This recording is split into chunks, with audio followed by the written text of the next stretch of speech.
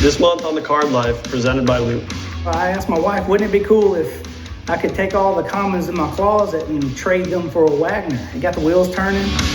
I love the rare stuff, the obscure stuff, and I've always been drawn to that. It's really cool. It means a lot that something that I created and something that we did for the museum in Joe's name is resonating with people this way.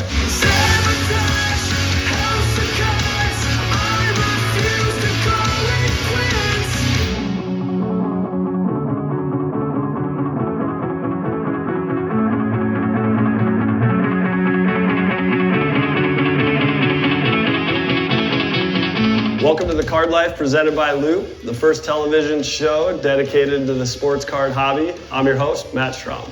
This month is all about the state of South Carolina. And this month, we truly do go across the state.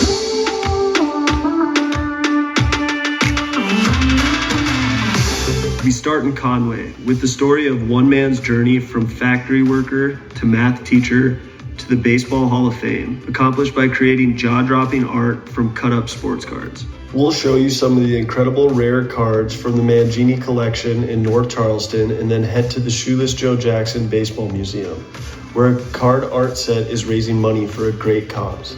We also open some boxes of 2021 Topps Tribute with our friends at Pristine Auction.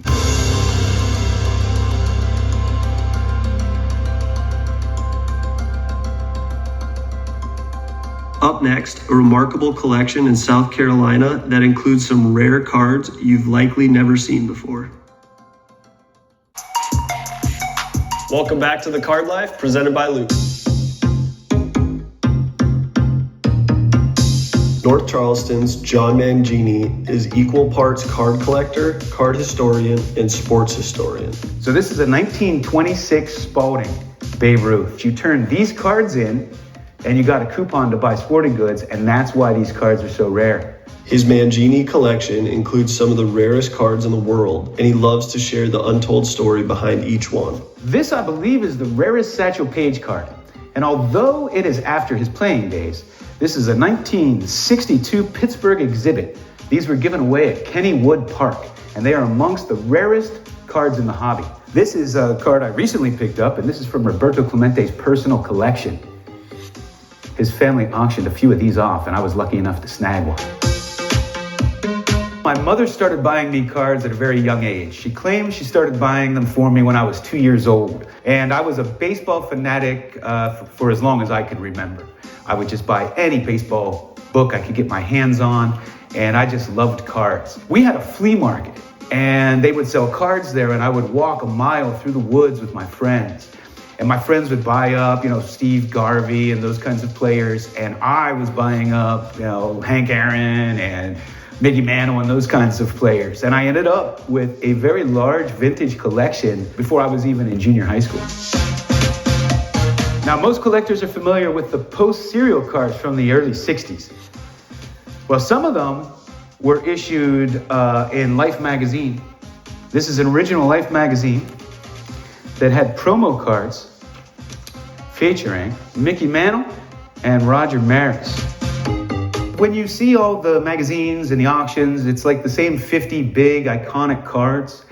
I love the rare stuff, the obscure stuff, and I've always been drawn to that. This is one of the rarest things in the hobby, and it's very unique in that the package of the candy is the card.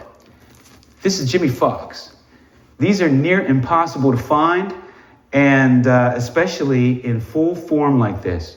And grading goes out the window with these because they're always going to be cut open to get the candy out. And you can see that whoever collected this must have been a baseball fan and probably a collector because he barely touched it.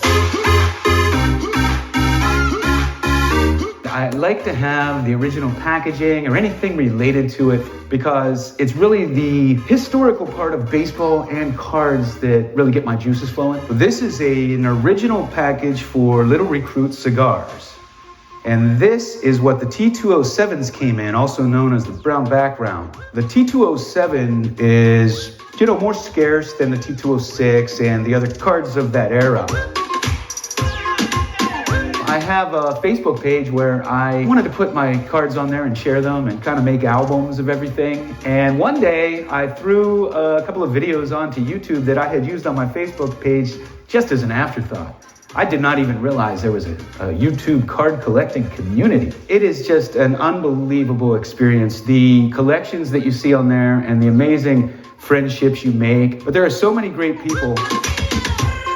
So this is a Type 1 photo of Hack Wilson. So a Type 1 photo is a photo that is produced during the time period. So a Type 1 is the original photo. But this is the image that was used to make his 1933 Gaudi card. Hey Matt, I won't trade you for any of my prized baseball cards, but I will trade you for your hair.